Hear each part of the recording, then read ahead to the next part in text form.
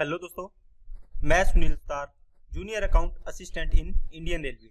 आप सभी का अपने यूट्यूब चैनल एसएस क्लासेस पे स्वागत करता हूं। तो दोस्तों, अपनी जो एनटीपीसी की क्लास चल रही है, इसका अपने आज कौन सी करेंगे? 11 जनवरी की सेकंड शिफ्ट का एग्जाम अपने आज करेंगे। तो इससे पहले दोस्तों 28 दिसंबर से लेके जो 11 जनवरी पूरे 10 जनवरी तक हो गया कंप्लीट, और इसके बाद 11 जनवरी की फर्स्ट शिफ्ट का आपने कर लिए, आज अपनी सेकंड शिफ्ट करेंगे। और इसके अलावा दोस्तों, अगर आपने एएलपी के टेस्ट नहीं लगाए हैं तो सीवीटी 1 और सीवीटी 2 के 2018 के प्रीवियस ईयर क्वेश्चन मैंने करवा रखे हैं। इनकी अलग अलग प्लेलिस्ट बनी हुई है। अगर आपने टेस्ट नहीं लगाए हैं तो यहाँ जाके प्लेलिस्ट में टेस्ट लगा सकते हैं। और अगर आपने एनटीपीसी के जो ये टेस्ट नहीं लगाए हैं तो आप इन टेस्ट को अच्छे से लगा सकते हैं और अपने लेवल को सुधार सकते हैं। अब दोस्तों, एनटीपीसी की वैकेंसी आपको पता है, आ गई है नोटिफिकेशन, है ना। अब तैयारी में लग जाओ, अच्छे से प्रैक्टिस करो, जितनी ज्यादा प्रैक्टिस हो सकती है उतनी ज्यादा प्रैक्टिस करो। अगर आपको जॉब चाहिए तो, अगर आपने ढीला मस्ती में निकाल दिया तो आपको आपके हाथ से जॉब चली जाएगी, ठीक है ना। तो जो भी प्रीवियस ईयर क्वेश्चन है उसको एक बार दो बार जितनी बार लगाओ उतनी बार ही कम है, ठीक है। उससे आपका लेवल अच्छा होगा, क्योंकि बहुत अच्छे लेवल के सवाल आए हुए हैं। ये एनटीपीसी के सवाल है, ये एएलपी की तैयारी कर रहे हैं वो अच्छे से लगाएं, ठीक है। तो उनकी भी अच्छे से तैयारी हो जाएगी। और एनटीपीसी वालों को तो लगाना ही है। इसके बाद अपने सीबीटी 2 के भी एग्जाम करेंगे ताकि आपका लेवल और अच्छा हो जाए, ठीक है दोस्तों। चलिए अब अपनी क्लास को स्टार्ट करते हैं फर्स्ट क्वेश्चन पे। तो इससे पहले दोस्तों, अगर आपने चैनल को सब्सक्राइब नहीं किया तो चैनल को सब्सक्राइब करें, बेल आइकन पे क्लिक जरूर कर लें, जिससे आपको वीडियो की नोटिफिकेशन समय पर मिल जाए। ओके, चलिए फर्स्ट क्वेश्चन पे चलते हैं। एक तैराक जिसकी स्थिर जल में चाल 9 किलोमीटर प्रति घंटा है, 45 मिनट में धारा की दिशा में 9 किलोमीटर जाता है, धारा की चाल ज्ञात कीजिए। दोस्तों, आपको बताया हुआ है N फॉर नाव की चाल, इसको बोलेंगे स्थिर जल में नाव की चाल। D फॉर धारा की चाल, N प्लस D करेंगे तो धारा की दिशा में, N माइनस D करेंगे तो धारा की विपरीत दिशा में। अब इसमें देखो, स्थिर जल में नाव की चाल, इसका मतलब N की वैल्यू दी हुई है 9 किलोमीटर प्रति घंटा। आपको इसकी वैल्यू पूछी है, आपको और क्या दिया हुआ है? 45 मिनट में 9 किलोमीटर जाता है। बताओ 45 मिनट को चेंज करोगे घंटे में, 45/60 तो 3 बटे कितना आएगा? 4। तो 3 नीचे 4 आएगा, ये ऊपर चला जाएगा, इसको इससे काटा 3, 3 चौके 12। तो ये कितनी आ गई? कौन सी? ये देखो, धारा की दिशा में, इसका मतलब N प्लस D का मान आ गया 12। N का मान 9 है तो D का मान कितना हो जाएगा? 3 किलोमीटर प्रति घंटा। ये आंसर आ जाएगा इसका।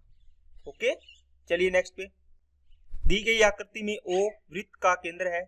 यदि कोण PAB बराबर 35 डिग्री है तो ARS का मान ज्ञात कीजिए। दोस्तों, कौन सा पूछा है? PAB ये कोण दिया हुआ है आपको, इतना कौन सा कितना है? 35 डिग्री। आपको पूछा क्या है? ARS, AR और S, ये कोण पूछे आपको, कितना है? अब देखो, एक ये वृत्त है, इसके अंदर अगर आपने ये, इसका क्या होता है? व्यास होता है। व्यास द्वारा परिधि पर बना कोण क्या होता है? हमेशा समकोण होता है। कितने डिग्री का होता है दोस्तों? 90 डिग्री का। अब देखो, ये इसका O केंद्र है, ये व्यास है AB, इस द्वारा ये पूरा कोण बनेगा, ये कितना बनेगा? परिधि पर बना कोण 90 डिग्री होता है। ये 90 हो गया, ये 35 है तो ये कितना बचेगा? 90 और 30 120 125, तो 180 में से 125 माइनस करो, ये आ गया 5, 7 में से 2 गया 5, तो ये आ गया 55 डिग्री। ओके, अब देखो दोस्तों, एक रूल और होता है इसके अंदर, एक पर में क्या कि आपने देखो, इस ट्राइंगल के अंदर आपने इस चाप द्वारा AP, देखो यहां से आओगे ना, ये चाप है इसका, ये चाप, इस AP चाप द्वारा इस परिधि पर कितना कोण बना है? 75 डिग्री।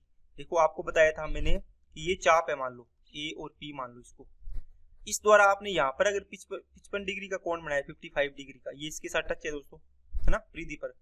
इसके इसी चाप द्वारा अब आप यहाँ पर कितने भी कोण बनाओ इस प्रकार, है ना, ये सारे 55 डिग्री के होंगे, चाहिए आप 100 कोण बनाओ सारे के सारे इसी एक चाप द्वारा।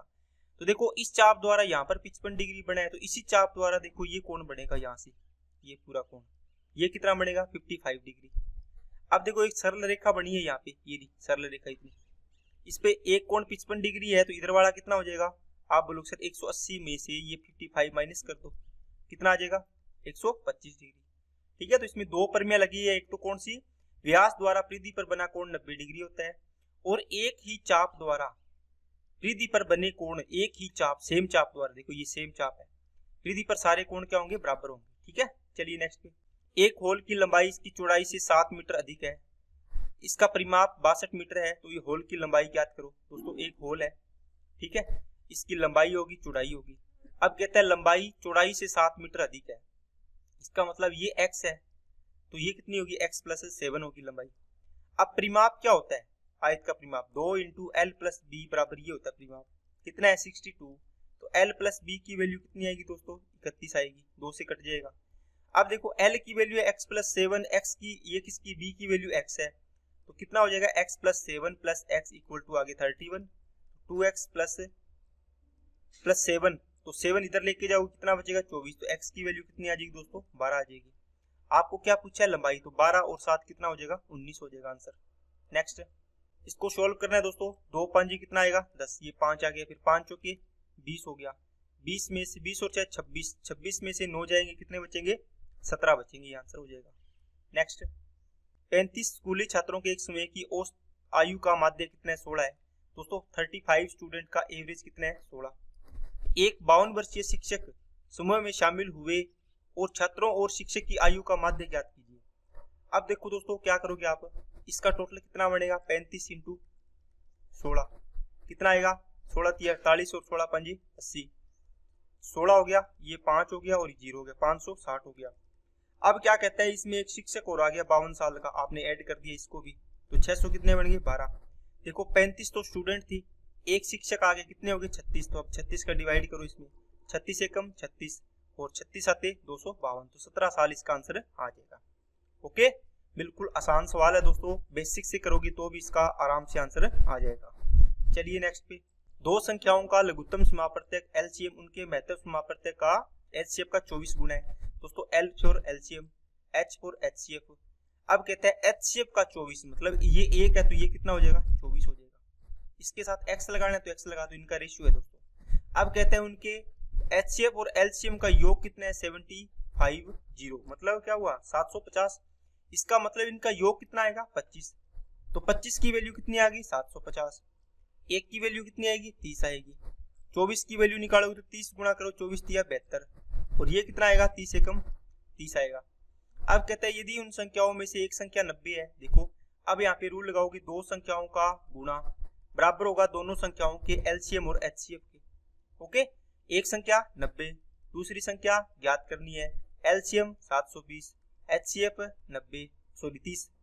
अब इसको काटो, 30 से इसको काट दिया 3 बार, 3 से इसको काटा 240, तो दूसरी संख्या कितनी आ गई दोस्तों 240 आ गई।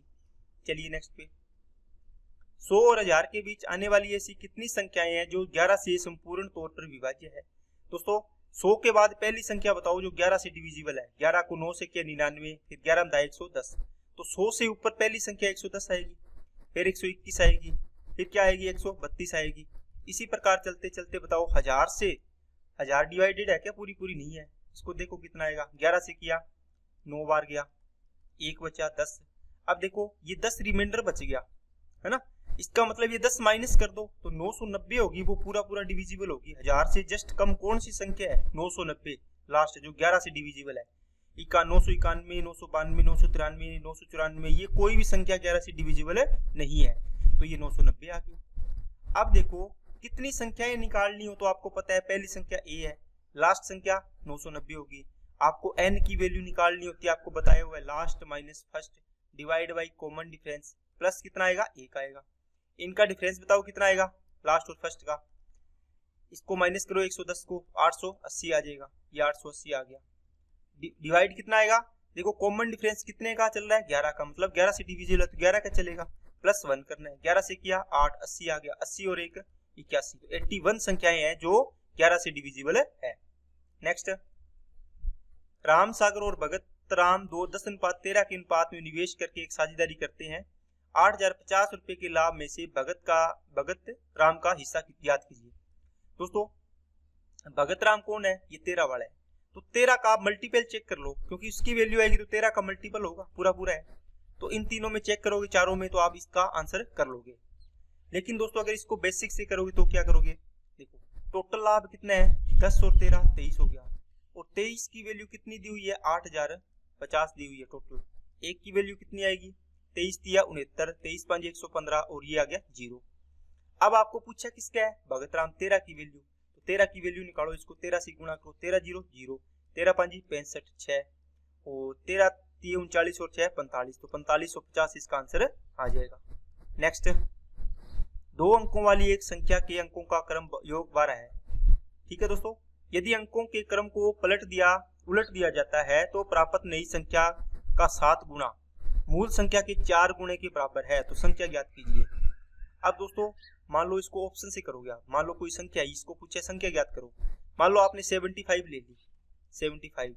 अब कहते हैं कि इसने क्या किया, संख्या के अंकों का योग तो देखो सभी में 12 12 ही है, ये तो चेक करने की जरूरत ही नहीं है। यदि अंकों के क्रम को उलट दिया, ठीक है 5 7 हो गया, तो प्राप्त नई संख्या का 7 गुना, इसका 7 गुना मूल संख्या के 4 गुना, मूल संख्या ये थी, ये लिए ना, इसके 4 गुना के बराबर है। आप इसको गुना करोगे ये बराबर नहीं आएगा। इसको चेक कर लो, अब 84 इंटू इसका 4 गुना करना है, बराबर किसके होगा, इसके अंकों के क्रम को पलट दो तो 4 8 हो जाएगा, इसके 7 गुना के बराबर। देखो 4 चौके 16, 4 8 32 और 1 33, 7 चौके 7 8 56, 5 7 चौके 28 और 5 33, देखो 336 है, बराबर आ रहा है, इसने बोला है, तो ये आंसर हो जाएगा। नेक्स्ट, एक 10 फुट लंबी सीढ़ी एक दीवार पर लगाई गई है जो दीवार पर 8 फुट की ऊंचाई पर एक बिंदु को स्पर्श करती है। सीढ़ी को दीवार की तरफ कितनी दूर तक खिसकाया जाना चाहिए ताकि उसका शीर्ष दीवार पर 9.6 फुट की ऊंचाई स्थित बिंदु तक पहुंच जाए। दोस्तों ये ऐसा सवाल है, देखो इस प्रकार दिया हुआ एक दीवार है, यहाँ से इतनी दूरी पर एक क्या रखी हुई है, एक आपकी रखी हुई है सीढ़ी, जिसको आपने यहाँ तक लगाया हुआ है। अब ये कहता है इसकी ये लंबाई है, ये 8 फीट है ना, ये लंबाई 8 फीट है। अब ये कहता है इस सीढ़ी को ना, इसको यहाँ ले आओ, दीवार की साइड में, देखो दीवार की तरफ ले गए, यहाँ तो 90 डिग्री कोण बनना है, तो इसको यहाँ लाओगे तो ये ऊपर चली जाएगी इस प्रकार। अब कहता है ये तल से कितना हो जाएगा इसकी ऊंचाई, ये हो जाएगी दोस्तों 9 पॉइंट कितनी दे रखी 6, तो 9.6 फीट इसकी ऊंचाई हो जाएगी यहाँ से यहाँ तक। अब इसने बोला है कि क्या निकालना क्या है, तो दीवार यहाँ से यहाँ तक ये वैल्यू निकालनी, कितना खिसकाया है आपने। अब देखो 10 फीट लंबी एक सीढ़ी है, इसका मतलब इसकी लंबाई 10 फीट है, इसको इस प्रकार यहाँ पर कर दे तो भी इसकी लंबाई 10 रहेगी। क्या बात समझ आएगी सभी को। अब देखो ये छोटे वाला ट्राइंगल था, इसके अंदर ये चीज थी, ये 10 थी, ये 8 थी, तो ये कितनी आती, आप बोलो सर 6 8 10 का ट्रिपलेट बनता है, तो ये 6 आती, इसका मतलब ये पूरी कितनी है दोस्तों 6 फीट है। अब इस ट्राइंगल में देखो, इस वाले में, ओके, इस वाले में देखो ये 10 है और ये 9.6 है पूरी।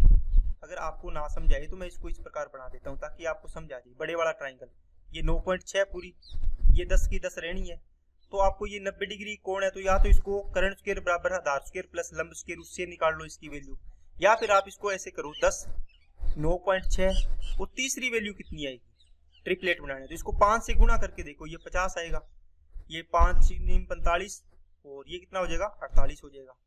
अब बताओ ये ट्रिपलेट इसका आधा करोगे, ये 25 आएगा, ये 24 आएगा और ये कितना आएगा फिर तीसरा 7 24 25 का ट्रिपलेट होता है। इसका आप डबल करो, यहाँ पे कितना आएगा 14 आएगा, ये चीज बन गई। अब ये चीज कैसे आई थी, 5 का गुणा करने पर, ओरिजिनल तो ये था ना, इसको 5 से डिवाइड कर दो, कितना आ जाएगा, डबल करके 10 का भाग दे दो, 2.8 आ जाएगा। तो 2 पॉइंट कितनी आ गई दोस्तों 8 आ गई, कहां से कहां तक, यहाँ से यहाँ तक।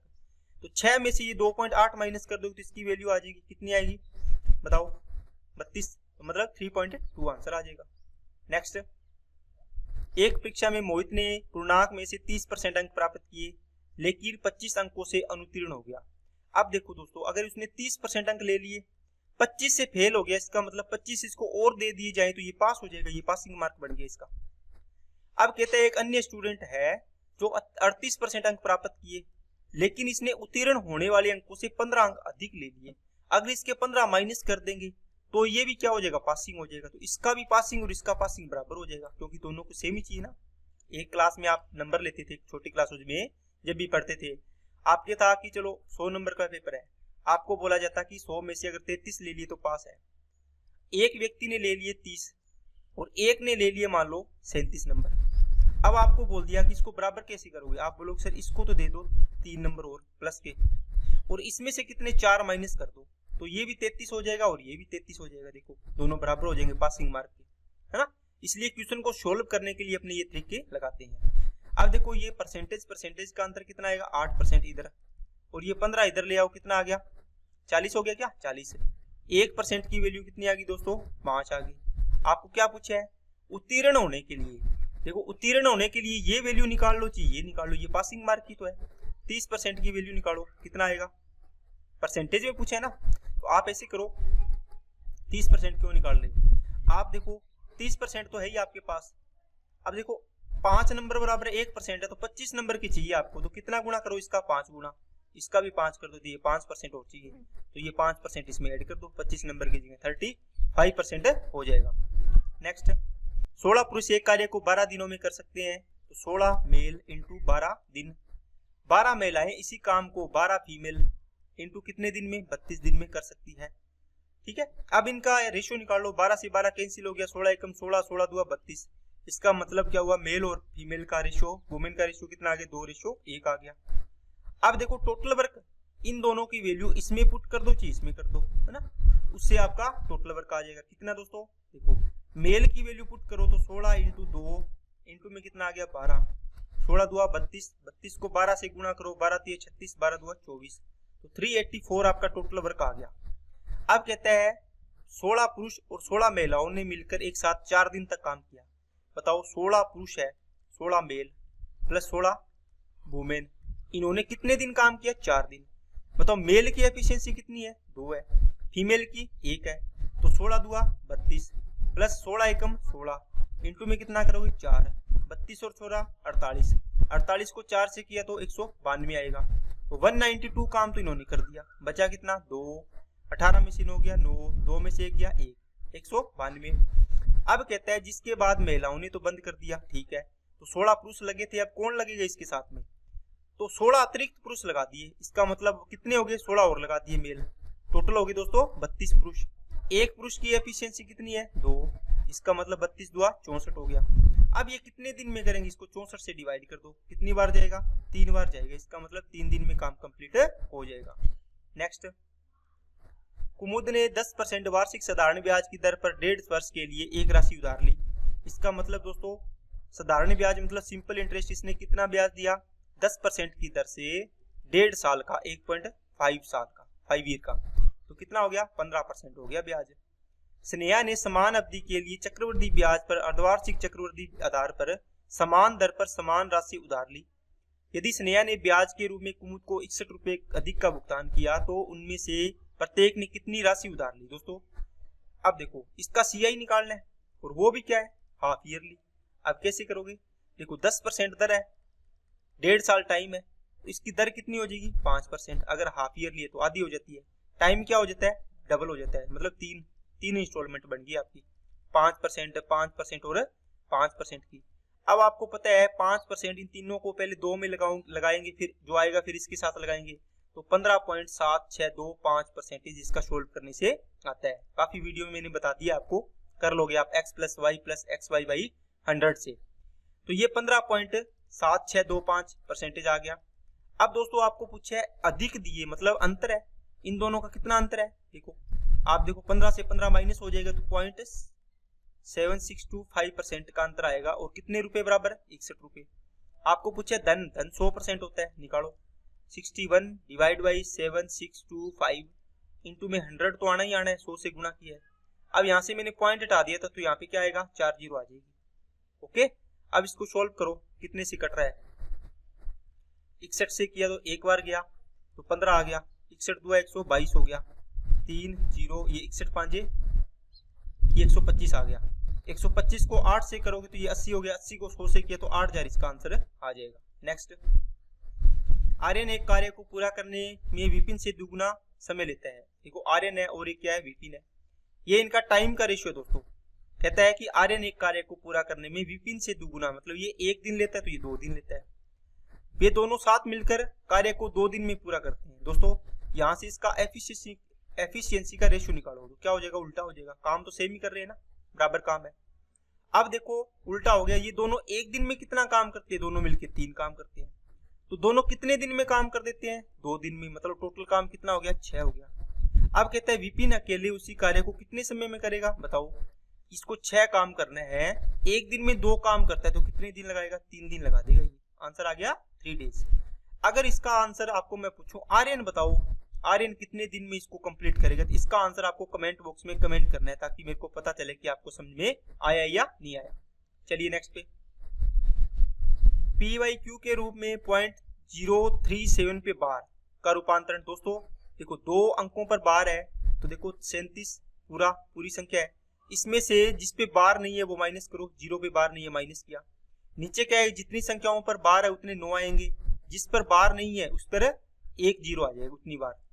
अब आप ये मत लगा देना कि सर इस पे भी बार नहीं है इस पे भी नहीं है, डेसिमल के बाद देखना है, डेसिमल के इधर की संख्या है ना आगे की, इस वाली संख्याओं को छोड़ देना है एक बार।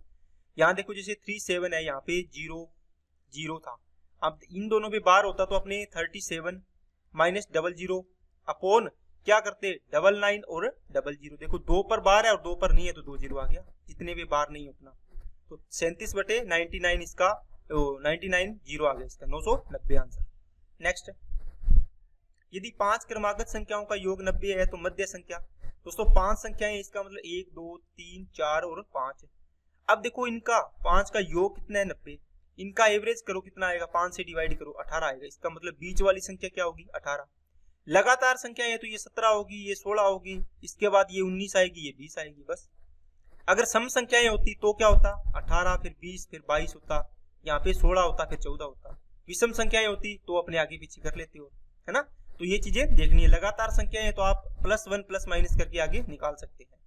इनका एवरेज निकालने का मतलब बीच की संख्या आएगी, तो मध्य संख्या ज्ञात कीजिए, कौन सी होगी 18 होगी। ये निकालने की जरूरत ही नहीं थी, ये तब निकालना था सबसे बड़ी संख्या पूछी होती, सबसे छोटी संख्या पूछी होती। नेक्स्ट, अनीता और विनीता 1950 रुपए की राशि को 6:7 के अनुपात में विभाजित करती है। इसको करो दोस्तों, 6 और 7 13 की वैल्यू 1950 होगी। एक की वैल्यू कितनी आएगी, डिवाइड करो 13 से, 13 एकम 13 13 5 65 150, तो 15 छिके 90 900 आ गई, और 15 7 105 1050 आ गई। ये आ गई दोस्तों अनीता, ये आ गई विनीता। ये कहता है 100 रुपए जोड़िए इसने राशि, उनमें से प्रत्येक ने, इसने भी 100 रुपए ऐड कर दिए, इसने भी कर दिए।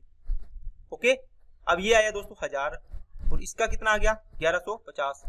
आपको रेशो पूछे है 20, और ये कितना आ गया 5 से घटा तो 23, तो 20 अनुपात है 23 आंसर आ जाएगा। नेक्स्ट, एक वस्तु को 2340 रुपए में बेचने पर 10% की हानि, इसका मतलब विक्रय मूल्य 90% की वैल्यू कितनी है 2340। आपको पूछे है 15% लाभ प्राप्त करने के लिए उसे किस मूल्य पर बेचना चाहिए। दोस्तों 2340 वैल्यू है कितने की 90 की। आपको पूछा है 115 की वैल्यू बताओ, 0 से 0। अब इसको काटो, 9 2 18 और 9 6 54। अब देखो 26 × 115 है, तो आप क्या किया करो दोस्तों, आपको मैंने बताया है जब भी 5 दिख जाए सम संख्या हो, इसका आधा करो 13, इसका डबल कर दो 230 हो गया। अब देखो 13 का आपको आता है टेबल, 13 2 26 13 3 39, ये आ गया 3 2 9 और 9 2 2 9 9 0। नेक्स्ट, इसको जोड़ना है दोस्तों, देखो 10 और 11 कितना हो गया 21। देखो 21 के नजदीक कौन सा आ रहा है, ये दोनों ऑप्शन तो कट गए, इसके अलावा ये आ सकता है या ये आ सकता है। अब देखो 1 2 3 अंक है, डेसिमल के बाद 3 आने चाहिए, इसमें तो 2 ये वैसे नहीं आएगी, आंसर हो जाएगा। अगर वैसे जोड़ना तो आप जोड़ ही सकते हो, है ना। चलिए नेक्स्ट पे, मोहन ने 18,000 रुपए की राशि उधार ली और 10% वार्षिक दर पर 2700 रुपए के साधारण ब्याज का भुगतान किया।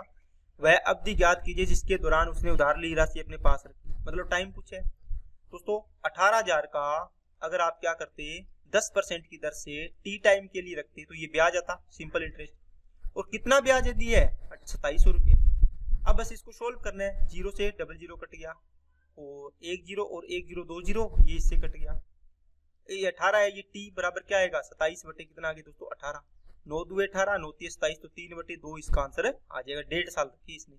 आसान है ना सवाल है, तो बिल्कुल आसान सवाल है दोस्तों। नेक्स्ट, धातु के एक खोखले गोले की आंतरिक और बाह्य त्रिज्याएं 3 और 5 सेंटीमीटर है, इसे पिघलाया और 7 सेंटीमीटर त्रिज्या वाले एक ठोस बेलन बनाया।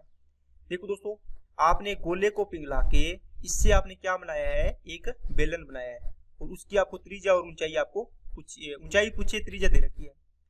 अब देखो दोस्तों, इससे बनाया आपने 4/3 पाई, ये खोखला गोला है इस प्रकार, ये इसका आयतन है, इससे आयतन से। अब देखो 4/3 पाई r1 square r1 cube minus का r2 क्यूब हो गया। ओके, बाहर वाले की त्रिज्या का क्यूब और अंदर वाले की त्रिज्या का क्यूब हो गया। खोखला होता था इसी लिखते हैं ना आयतन। ये आयतन बराबर करना है किसके, इसके बेलन के आयतन के। तो बेलन का आयतन क्या होता है, पाई आर स्क्वायर एच। अब देखो इसकी वैल्यू कितनी है, पाई से पाई कट जाएगा इसमें। इसके बाद दोस्तों और क्या है, तो 4/3। R1 कितना है, देखो R1 बड़े वाला, तो R2 माइनस R1 कर लो, R1 माइनस R2 कर लो, बड़े में से छोटा माइनस करना है। तो 5 की क्यूब 125 और माइनस कितना करोगे, 3 की क्यूब 27, तो 98 बचेगा। ये इसको सोल्व करोगे तो बराबर कितना आ गया, आर स्क्वायर। देखो इसकी वैल्यू कितनी है, 7 सेंटीमीटर, 7 7 49 इंटू में एच की वैल्यू ज्ञात करनी है। इसको करोगे तो ये 2 बार जाएगा, 8 4 2 8, 8/3 इसका आंसर ऊंचाई आ जाएगी। नेक्स्ट इसको सोल्व करना है दोस्तों, 1 माइनस 1/2, 1 माइनस 1/3। अब इसको सोल्व करोगे 1/2 आएगा। देखो ये कितना आएगा, 1 में से माइनस करोगे तो 2/3 आएगा, फिर 3/4 आएगा। इसी प्रकार आप सोल्व करते जाओगे, ये कितना आएगा, 8/9 आएगा, गुना में ये कितना आएगा, 9/10 आएगा। अब आप इसको काटोगे ना, देखो ये इसका सीरीज बन जाती है कटने की, ये पैटर्न बन जाता है, इस प्रकार कटेगी। ठीक है, इस प्रकार ये 4 कट जाएगा, फिर 5 कट जाएगा, 6 7 8, ये 8 कट गया, फिर 9 कट गया, क्या बचा, यहाँ पर 1 बचा और यहाँ पर क्या बचा, 10। इसका मतलब 1/10 इसका आंसर आ जाएगा। नेक्स्ट इसको सोल्व करना है दोस्तों, इसका आएगा 3 और इसका आएगा 4, 4 और 3 7, तो 42 और 7 49, 49 का रूट करोगे कितना आएगा, 7। फिर 7 को 5 से किया तो 35 हो गया, 35 इसमें ऐड किया तो 169 बनेगा। क्या इसका आएगा 13, 13 इसमें ऐड करोगे तो कितना बनेगा, 64। इसका रूट करोगे तो कितना आ जाएगा, 8। नेक्स्ट सोल्व करना है दोस्तों, 6 2 12 और 4 2 कितना हो जाएगा, 8 हो जाएगा, 4 2 कितना हो जाएगा, 8। तो 7 की स्क्वायर 49 माइनस का 6 इंटू 8 48 हो गई, ये बचेगा 1। इस पूरे ब्रैकेट को सोल्व करेंगे 1 आएगा, तो 5 + 1 प्लस इसको सोल्व करो 2 2 7 14, 14 और 1 15, 15 और 5 20 आंसर आ जाएगा। नेक्स्ट यदि बहुपद x² + 9x + 3k के शून्यकों के वर्गों का योग 21 है तो k का मान। दोस्तों देखो इसके शून्यंक मान लो अल्फा और बीटा 2 शून्यक है इसके, है ना, इनके वर्गों का योग कितना है, α² + β² की वैल्यू 21 है। अब आपने देखा होगा दोस्तों, जो भी द्विघात समीकरण होती है आप क्या करते हो, अल्फा प्लस इनके शून्यकों का योग निकालते हो, क्या करते हो, -b/a। माइनस b की वैल्यू कितनी है, देखो 9 डिवाइड बाई a कितना है, x का गुणांक x² का गुणांक 1, तो 1 आ गई, ये वैल्यू आ गई इसकी। इसके बाद अल्फा बीटा का गुणा भी आता है, कितना आता है दोस्तों, c कितना है, 3k अपॉन कितना आएगा, 1, क्योंकि a की वैल्यू 1 ही है ना, ये आ गया है। अब इसमें आप क्या करो, अल्फा प्लस बीटा का होल स्क्वायर करोगे तो क्या आएगा दोस्तों, α² β² प्लस 2 अल्फा और बीटा आ गया। a प्लस बी का होल स्क्वायर है दोस्तों, अल्फा प्लस बीटा की वैल्यू 9 -9, तो इसका स्क्वायर करोगे तो 81 हो गया। इसकी वैल्यू कितनी है, 21 है, प्लस 2 इंटू अल्फा बीटा देखो कितना है, 3k, तो 3k लिख दो यहाँ पे। अब देखो ये इधर जाएगा, माइनस करो कितना आएगा, 0 6, ये आ गया 6k, 6 से 10 से कट गया, कितनी बार आ गया, 10 बार, इसका मतलब k की वैल्यू आ गई 10। नेक्स्ट अनिल अंकित मूल्य पर 20% छूट के साथ एक वस्तु खरीदता है। देखो अंकित मूल्य इसका 100 रुपये है, तो इसका सीपी क्रय मूल्य कितना हो जाएगा, 20% छूट पर खरीदा तो 80 में खरीद लिया इसने, है ना, इस पर 20% क्या है दोस्तों, छूट है। अंकित मूल्य पर 8% छूट पर बेच देता है, इसका मतलब ये बेच रहा है। अब इसका मतलब इसका एसपी कितना, अंकित मूल्य पर, अंकित मूल्य कितना है 100, इसका 8% की छूट पर बेच दिया, 8 छूट दे दी, 100 का 8 तो 92 में बेचेगा। अब इसने पूछा कितने का लाभ होगा, 12 का लाभ। देखो सीपी एसपी पे ही होते हैं ना लाभ, तो किस पर, एससी पर, गुणा में 100 आ गया, 0 से 0 कट गया, ये 4 2 8, 4 3 12, 2 एकम 2, 2 5 10, 5 3 15, तो लाभ कितना आ जाएगा, 15%। नेक्स्ट सोल्व करना है दोस्तों, 3 निम 27 9 आ गया, 42 5 210 होता है, 210 और 6 216 आंसर हो जाएगा, क्योंकि ये 3 माइनस का, ये 9 प्लस का, तो 3 ये 6 बचेगा प्लस का, तो 216। नेक्स्ट एक 15 मीटर ऊंचा पेड़ हवा से टूटकर इस प्रकार गिरता है कि इसका शीर्ष भूमि को स्पर्श करता है और भूमि के साथ 60 डिग्री का कोण बनाता है। पेड़ अपने आधार से कितनी ऊंचाई से टूटा है। अब देखो दोस्तों, इस प्रकार एक पेड़ था, आपने मान लो यहाँ से इसको तोड़ दिया, 15 मीटर ऊंचा पेड़ है ये, इसका मतलब इसकी टोटल ऊंचाई दे रखी है आपको 15 मीटर, और टूटने के बाद ये यहाँ से टूट के तो इधर वाला हिस्सा यहाँ आ गया, इसको मैं यहाँ बढ़ाऊंगा, समझिए क्या, ये कहता है इसके साथ 60 डिग्री कोण बन रहा है, ये 15 था पूरा, यहाँ से यहाँ तक, पूरा सिर से यहाँ तक। अब 60 डिग्री कोण बना, ये 90 है, ये कितना है 30 है। अब बताओ इसके अंदर 60-30 का रेशियो होता है, तो आपके पास क्या रेशियो बनता है? आप बोलो सर 30 के सामने वाली भुजा का एक रेशियो है, तो 60 के सामने वाली भुजा कितना बनेगा? √3 बनेगा। ये कितना आएगा? 2 आएगा, है ना। √3 का स्क्वायर प्लस 1 का स्क्वायर प्लस करोगे ना तो बराबर 2 का, इसका मतलब कर्ण हो गया, ये लंब हो गया, ये धार हो गया, ये कर्ण हो जाएगा। अब देखो ये वाली लंबाई है ना, ये इसके बराबर है, ये छोटी बनी हुई है, ऐसे मत लेना, क्योंकि ये टूट के इधर आई है तो ये इसके बराबर है, इसका मतलब ये 2 रेशियो की वैल्यू है। ये 3 थी, यहाँ से यहाँ तक इस ट्राइंगल से बढ़ाया अपने, इस ट्राइंगल को यहाँ तक, ये ट्राइंगल, ये अगर सीधा इसको खड़ा कर देंगे तो यहाँ आ जाएगा।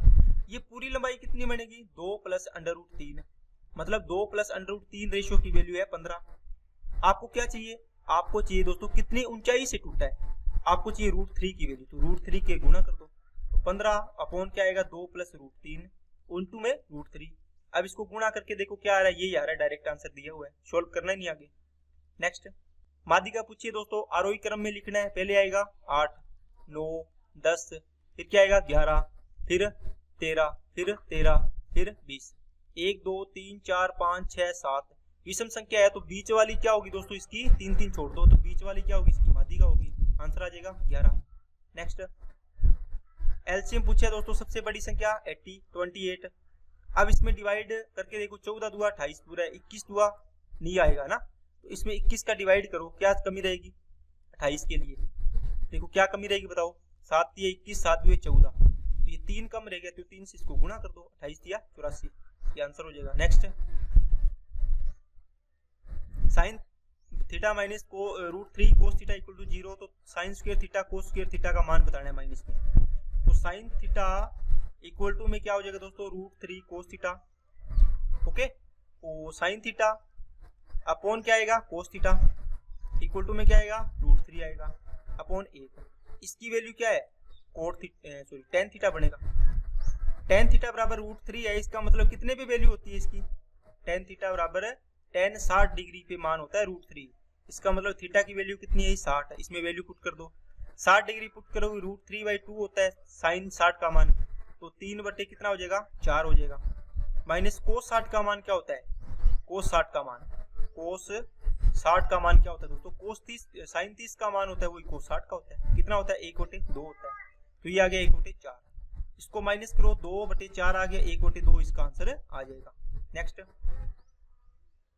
किस क्षेत्र ने 2015 से 19 तक सीएफसी उत्सर्जन में अधिकतम प्रतिशत वृद्धि दर्ज की है? दोस्तों ये खुद करने वाला सवाल होता है, इसका मतलब यह 2019 मतलब यहाँ 2015 में 200 है सीमेंट का, तो 2019 में कितना है? 450। तो देखो कितनी वृद्धि हुई 200 से 450 में। आप बोलो सर कितने की वृद्धि हुई है? 250 की। कितने की? 250 की। कितने से? 200 से, गुणा में 100%। अब इसको काटोगे तो देखो कितना आएगा? 20 से 20 गया, 125% की वृद्धि हुई है। इसी प्रकार इसमें चेक करो, 500 से 800 हुआ है, 500 से कितना हुआ है? 800 हो गया। आप इसका रेशियो भी बना सकते हो, 5 से 8 हुआ, 3 की वृद्धि हुई किस पर? 5 पर, गुणा में 100 में से कितनी वृद्धि होगी? ये आ जाएगा दोस्तों 60%। अब देखो 80 से 200 हुआ है, कितना हुआ है? 200। 0 से 40 हुए 80, और 40 से किया तो 5 बार जाएगा, तो 3 की वृद्धि हुई है 2 पर, गुणा में 100 आ जाएगा। अब देखो ये 150% आ गया, आया कि नहीं आया? इसी प्रकार इसको देखो 100 से 180 हुआ है, 100 से 180 हुआ है। देखो 10 से 18 होने का मतलब 8 की वृद्धि हुई है किस पर? 10 पर, गुणा में 100 में कितनी होगी? इसको काटो, ये आ जाएगा 80%।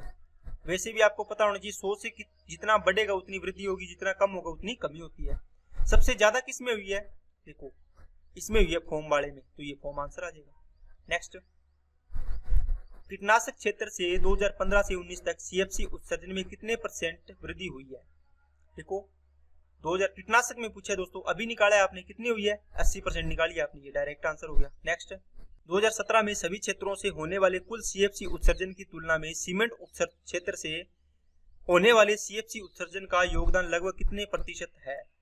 दोस्तों 2017 में ये कहता है कि सभी क्षेत्रों से होने वाले की तुलना में, देखो कुल इसने पूछा है कि 2017 के अंदर टोटल देखो कितना है, 3 इनको जोड़ो 0 आएगा टोटल, 2 5 7 और 2 9 9 और 1 10, सॉरी गलत जोड़ दिया क्या, 300 और ये कितना हो गया, 3 और 6 9 और 1 10 10 और 1 1100 1100, तो ये हो गया 20 और 50 70 70 और 20 90, तो 1190 हो गया टोटल दोस्तों।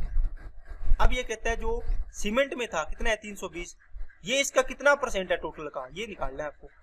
ओके, तो इसको करो, 0 से 0 कट गया और इसको काटोगे तो कितना आएगा, ये आ जाएगा 320 बटे 119, 32 हो गया ना।